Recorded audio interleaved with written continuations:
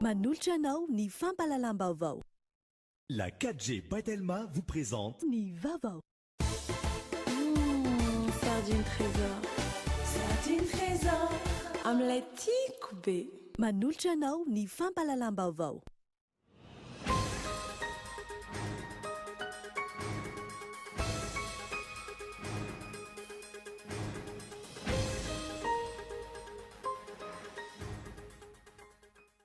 Ao anatin'ny fanovana ny fomba fitatana anjara-panjakana amin'izao fotoana izao ny fitondrana, isan'izany ny fampihenana ny fandaniana izay heverina fa tsy hitondra vokatsoa ho an'ny be sy ny maro, toy ny nanafahana ny fiaraha-misakafo any Andapa mandritra ny fankalazana ny fetim-pirenena.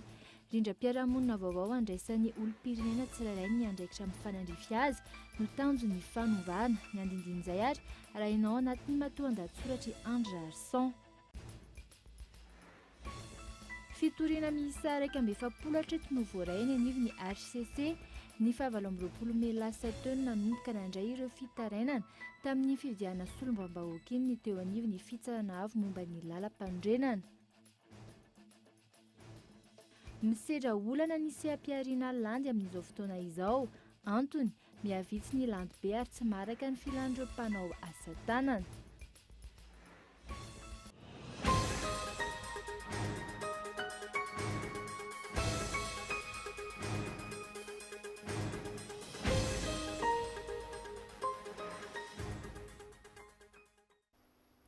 Tonklasy toboko vafafaly miarabantsika rehetra tonga sy eto amin'ny fampalalam-baovao ny Kolo TV amin'izao alin'izao ary manasanao nanaka izany hatramin'ny farany. Entsika isantarana amin'ny fampalalam-baovao anatin'ny fanaovana ny fomba fitantanan-jara-panjakana amin'izao fotoana izao ny fitondrana. Isan'izany ny fampihenana ny fandaniana izay heverina fa tsy hitondra vokatsoa ho an'ny be sy ny maro, toy ny nanafoanana ny fiaraha-misakafo any Andapa mandritra ny fankalazana ny fetim-pirenena. Rindram-piarahamonina vaovao andrasan'ny olom-pirenena tsirairay ny andraikitra mifandray azy no tanjon'ny fanovana. Matoan-dahatsoratra André Arsan. Mba hampirindra ny fiarahamonina tokony hatsara ho samy tompon'andraikitra ny tsirairay ary tokony handeha ho azy ny fanajana sy fanarahan-dalàna velona. Nosimbaina nefa ilay fiarahamonina ka tena potika hany ka tsy maintsy entitra amin'ny fanjakana amin'ny fanatanterahana ny fanovana tiaka tao ankehitriny. Tsikaritra ohatra tao anatin'ny andro vitsy izay rehefa nitaky ny fandraisana andraikitry ny tompon'andraikitra ny mpanao gazety ny amin'ny fisian'ireo trano evam-polony mahery mivarotra ano-masaka tsy manara-dalàna manamorona ilay fiantsonana ny taxi brosy eny Andotapenaka akaiky ny Kanjamaki izay toeram-piantsonana anambara fa manara-penitra.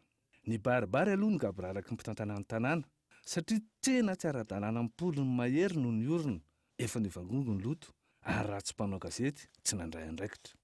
Manoloan'izany anefa ny menomeno ireo voakasiky ny fanadiovana ny aminy hoe aiza ny fitsinjovana anay madinika, inona indray mba fidiram-bolanay. Ekeny izany fa anjaran'ny kominina no manorina tsena ivarotan'izy ireo fa tsy nomoron-dalana sy ny sisin-dalana rehetra izao no lasa tsena fivarotana avokoa. Andro vitrasa ihany koa izay nampiatsain'ny lalana velona amin'ny tsy tokony hivezivezen'ny kalesa sy sarety ary posy mitatitra entana ny tompon'andraikitra amin'ny fotoana mahabe ny fifamoivoizana. Natao fampiatsiahivana io hialana amin'ny fitohanan'ny fifamoivoizana izay tsy azo lavina fa ny ankamaroan'ny fitohanan'ny fifamoivoizana dia avy amin'ireo sarety tsy posy ary kalesa ireo.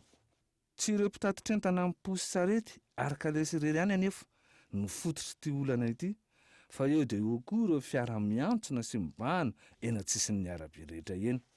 Ny mpivarotra amoron-dalana mangony fotsiny, ny mpanamboatra moto sy ny maro tsy voatanisa, tompon'andraikitra avokoa ny rehetra.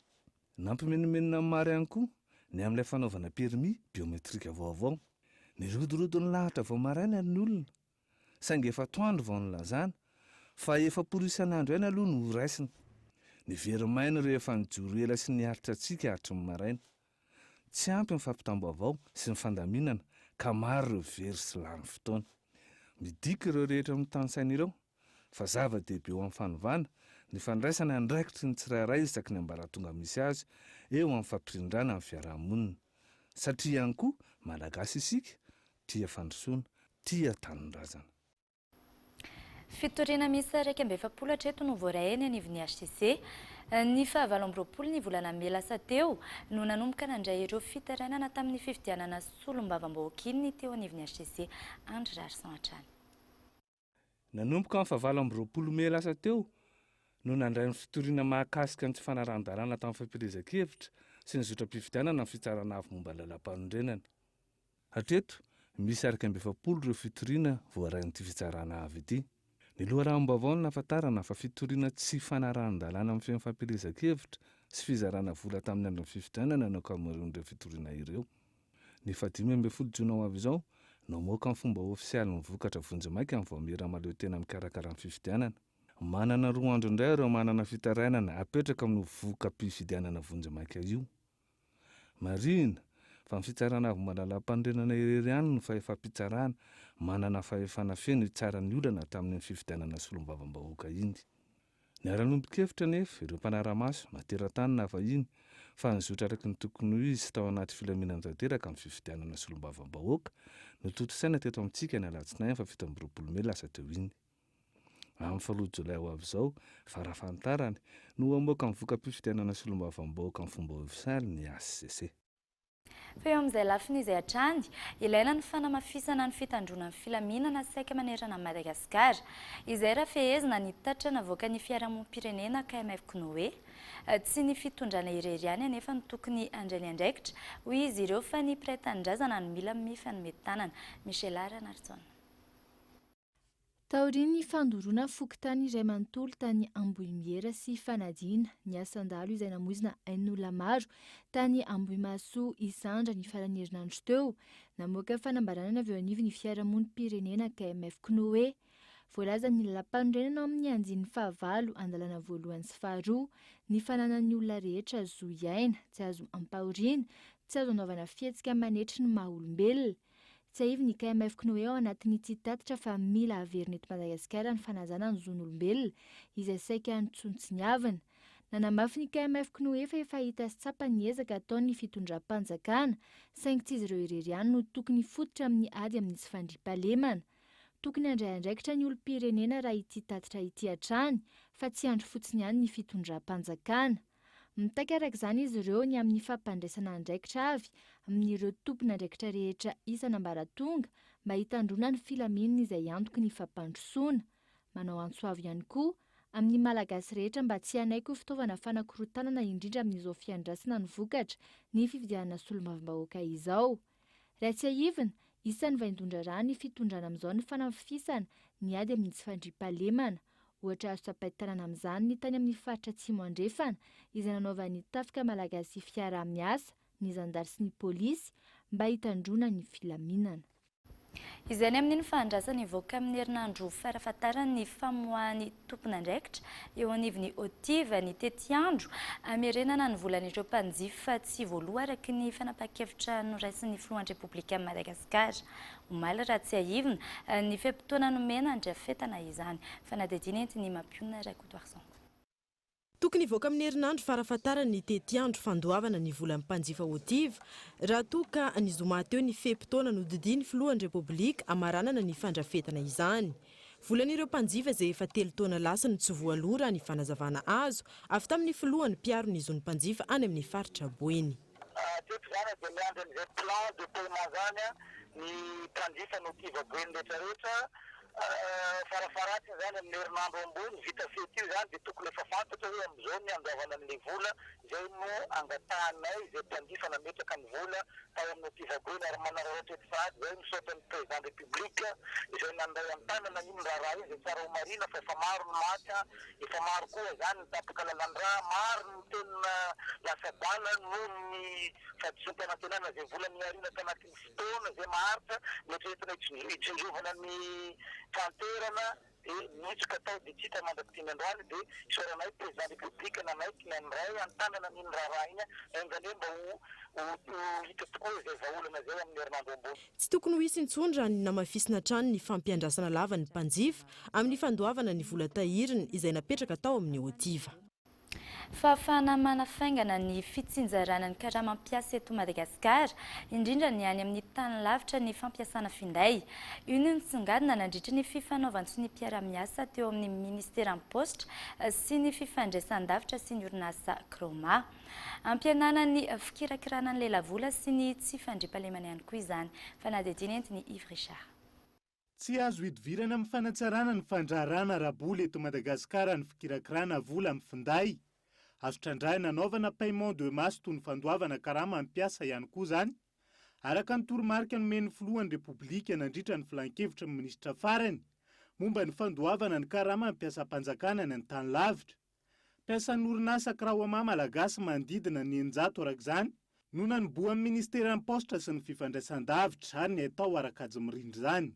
Azo atao ihany koa le manao an'ilay atao hoe paiement de masse, izany hoe misy olona be dia be amanjato ny any arivony dimanjato eo ngamba ny mpiasa ny eninjato latsaka kely eo mpiasa ny Croma ray manontolo dia izahay posta malagasy amin'ny alalan'le posta monnaie no andohany karaha mandreo.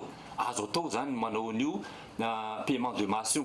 Afana mampiena ny fikirakirana lelavola antony tsy fandriam-pahalemana any an-toerana ihany koa izany hoy ny fanazavana.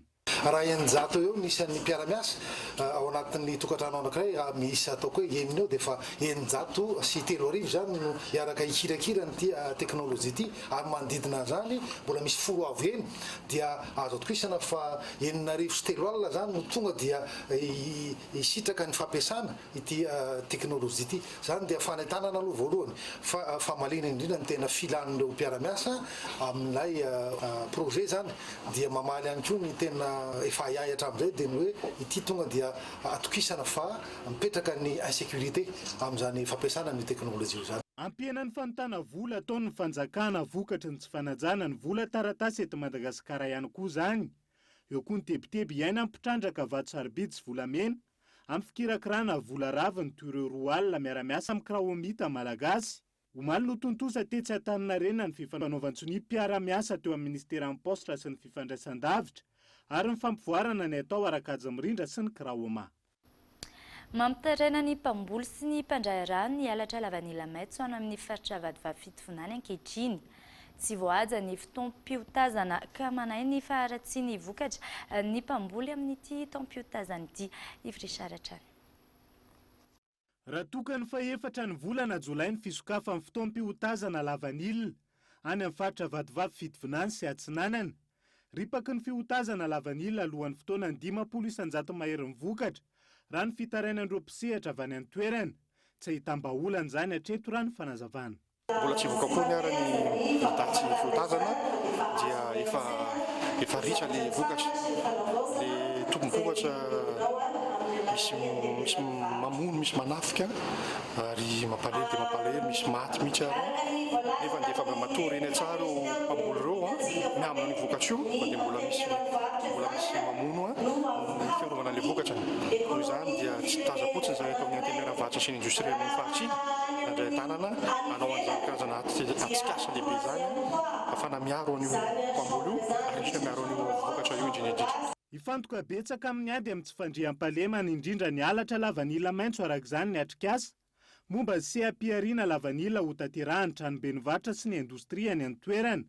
Hikondoha amin'izany ihany koa ny mpisehatra isan'ny tokony ahitana ny mpandraharaha, mpiara-miombonantoka arabola sy ara-teknika sy ny mpamboly.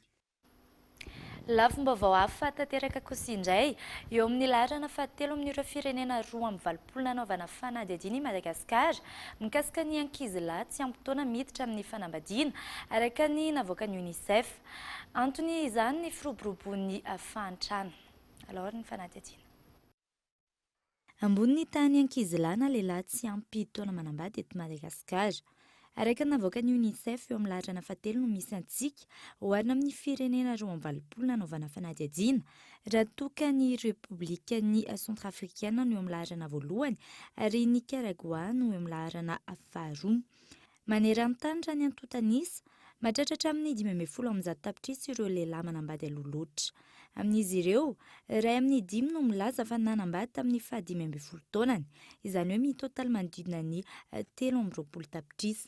Ampahany betsaka amin'izy ireo no voatery miala amin'ny fianarana vokatry ny adidy maro takiany fanambadiana.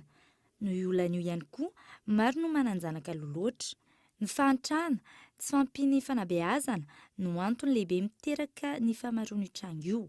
Ankoatr'ireo firenena telo voalohany ireo ahitana izany maro ihany koa ny ao Afrika subsaharienne, Amerika Latine, Karaïbe, Azia sy ny maro hafa.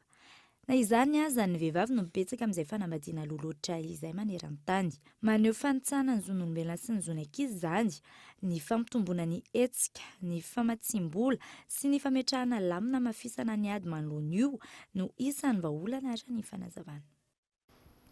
Fa mialohan'ny anarahana ny toy ny fampahalalam-baovao toy ny mikasika ny famaranana ny asa korapitso sy ny maresaka iraisam-pirenena dia anaraka doka avatra isika.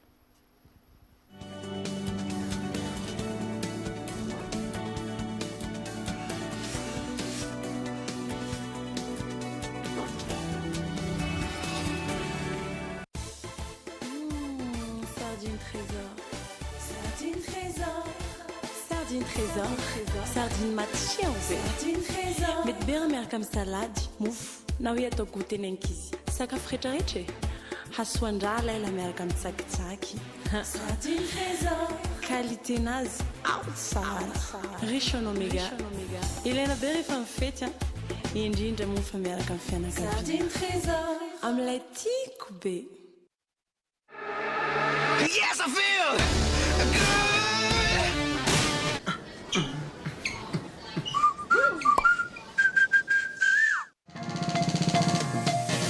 Et maintenant avec Mvoul, gagne 3 fois plus d'internet. À l'achat d'un tel manette One Month 2 Go via Mvoul, gagne 6 Go de data en tout. Telma, safidque numéro 1 malagasy. Yes, I feel good. Oh yeah. Yes, I feel.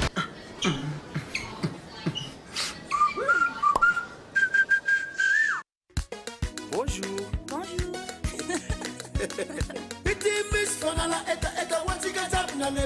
Je suis en poudre à ma sachet, dans la riche en vitamine C. Bonjour. Bonjour. Bonjour. Bonjour. Ma patanzaka, zem suka samba samba cha. Bonjour. Bonjour Nariwe. Bonjour. Bonjour. Maru karazna gu amnas, salalota zamya namnas. Jitika diabet. Bonjour.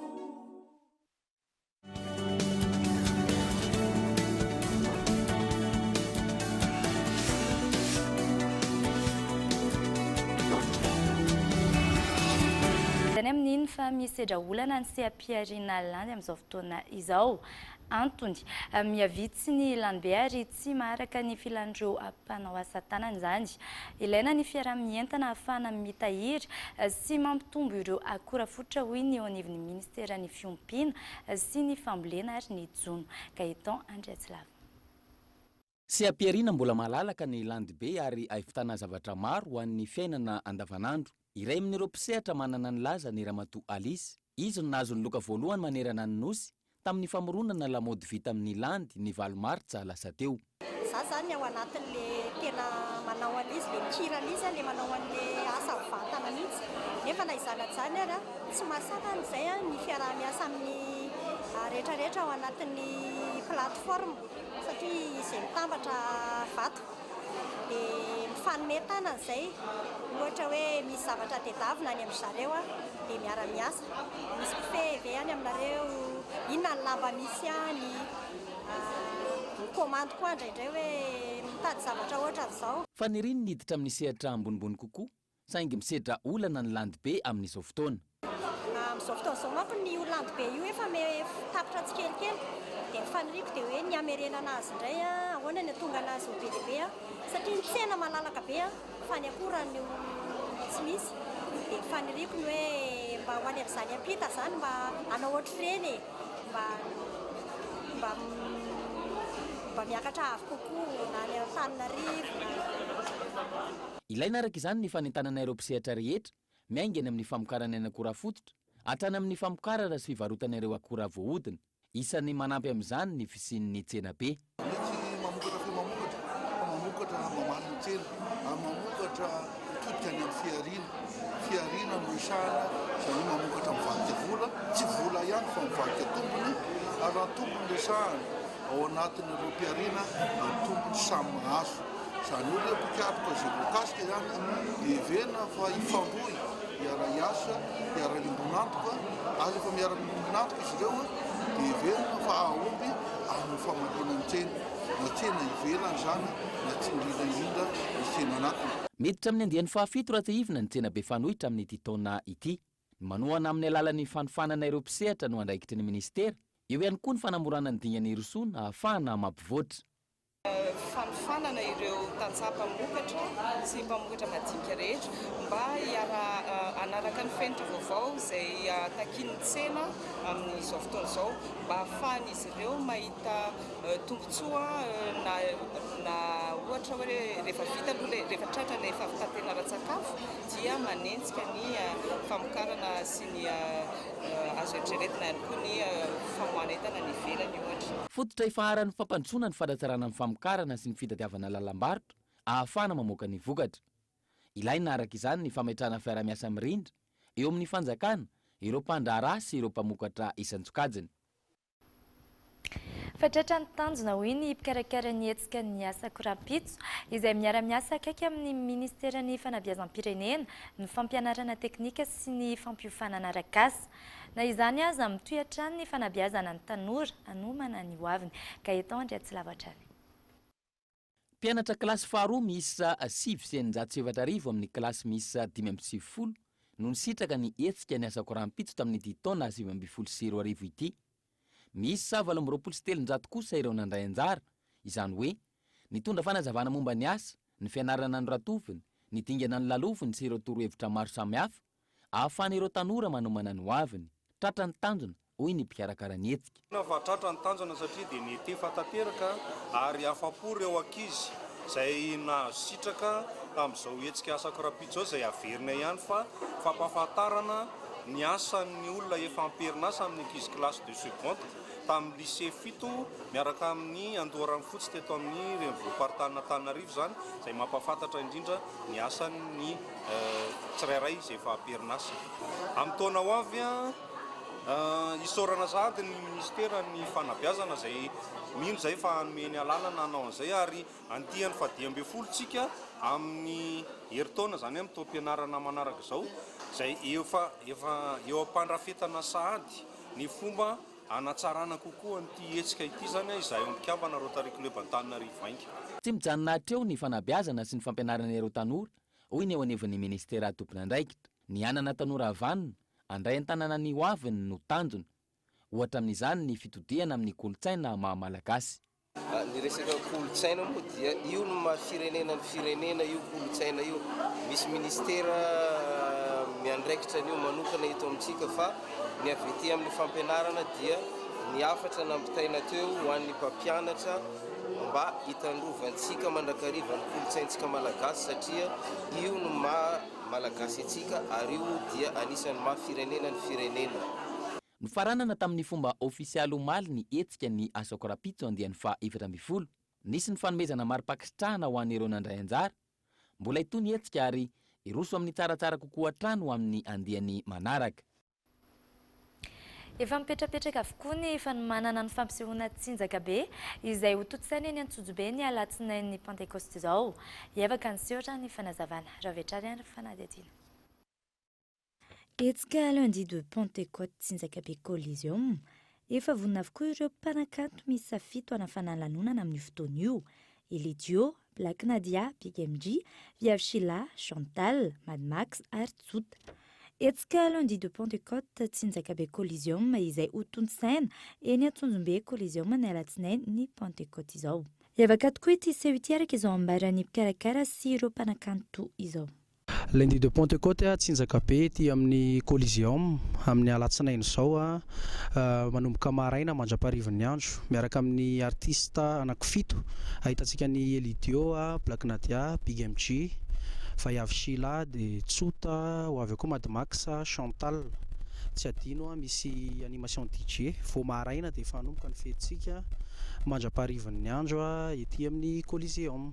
Elidio, manome fotoanantsika rehetrarehetra ato amin'ny Coliseum amin'ny lundi de Pentecôte le 10 juin io ato fotoanantsika rehetrarehetra ilidio grand complet io miaraka mpandihy jiabijiaby ka araka an'izany olona jiaby zany ilidio matetika manome zavatra normal foana fa amin'ilay mpandeha ty omeko zavatra 10 fois 20 fois 100 fois 100 fois et plus zegny omezaka anareo mpankafy de satria zegny marobe surprise omeko anareo miaraka amin'ireo vaovao jiaby amin'ilay mpandeha ty. Tiako mariana anareo fotsiny raha niseho atolo Chantal amin'ny fotoana io tena mafana be sady tiako ampatsahivina hoe voalohany amin'ny rehetrarehetra mihitsy Chantal no avy eto amin'ny ville amin'ny fotoana io de mampanantena zavatra tsara be anareo sady de plus efa miaraka ampitendro grand complet fa amin'ity zany ao amin'ny Coliseum marery Black Nadia au grand complet raha telo ny iran'iraiko efatra ho folo ny amin'ity satria ianareo no voalohany mpitiavako nareo no fitiavako voalohany ka zay mahafinaritra anareo no ataoko ka manasantsika zay nakafy Madimax taloha makafy Madimax ankehitriny ary mbola marobe koa nouveauté marobe ny musique indesintsika vaovao marobe rivotra hafa be mihitsy zany indesintsika amizao de zao efa hitantsika zao efa nanomboka omaly zay nanao installation de efa fonimbonina daholo ety amin'ny Coliseum mareo ny sono ny chapiteau sy ny rehetrarehetra de ny ravaka ety amin'ny Coliseum de anisan'ny hiavaka ny décoration satria tsy toy ny fahitantsika ato amin'ny Coliseum hatramin'izay fa décoration hafa mihitsy no entinay ato de azo fafinaretana ny maso sy ny sofina de hiaritsinjakantsika ety amin'ny Coliseum. Izany amin'iny fa ny mikasika ireo olona manana fahasembanana ara-pianona indray no hitondrana fanadihadiananao anatin'ny fandaharana alaliny voarainao rampitso amin'ny 7:00 ho hita anatin'ny fanadihadiana ny fiainan'ireo olona manana fahasembanana ara-pianona izay indrindra ireo ankizy sy tanora izay nanaiky ny zara ny fiainany amin'ny andavanandro ary araoara ny santionany izay. Ny taona 527 no efa nisy ny sehatra ny vondronan'ny marenina manerana ny Madagasikara izay niova ho federasiona tamin'ny taona 420.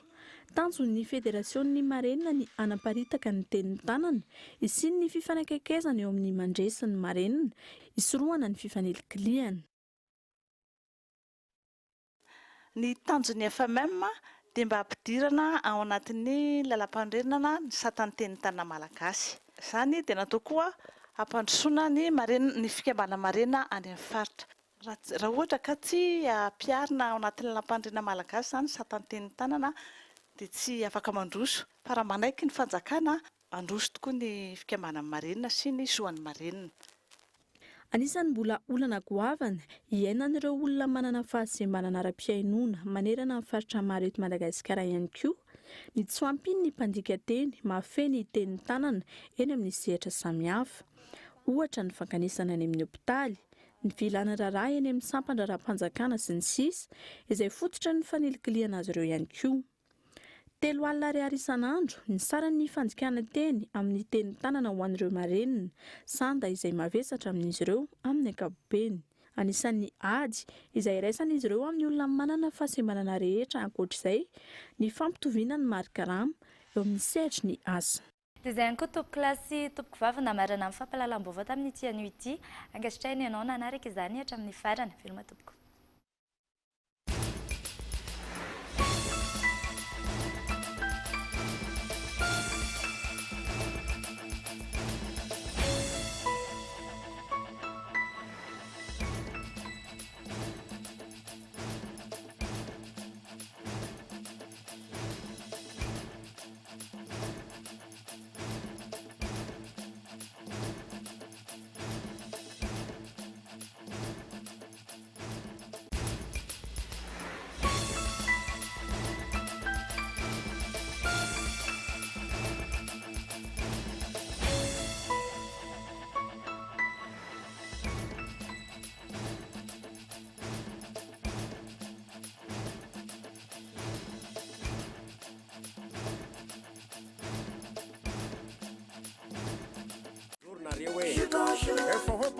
Maro karazana gu amnas, sara loatra zamiana amnas. Jitsika jiaby, bonjour. Nanolotra anao teo ny fampahalalam-baovao.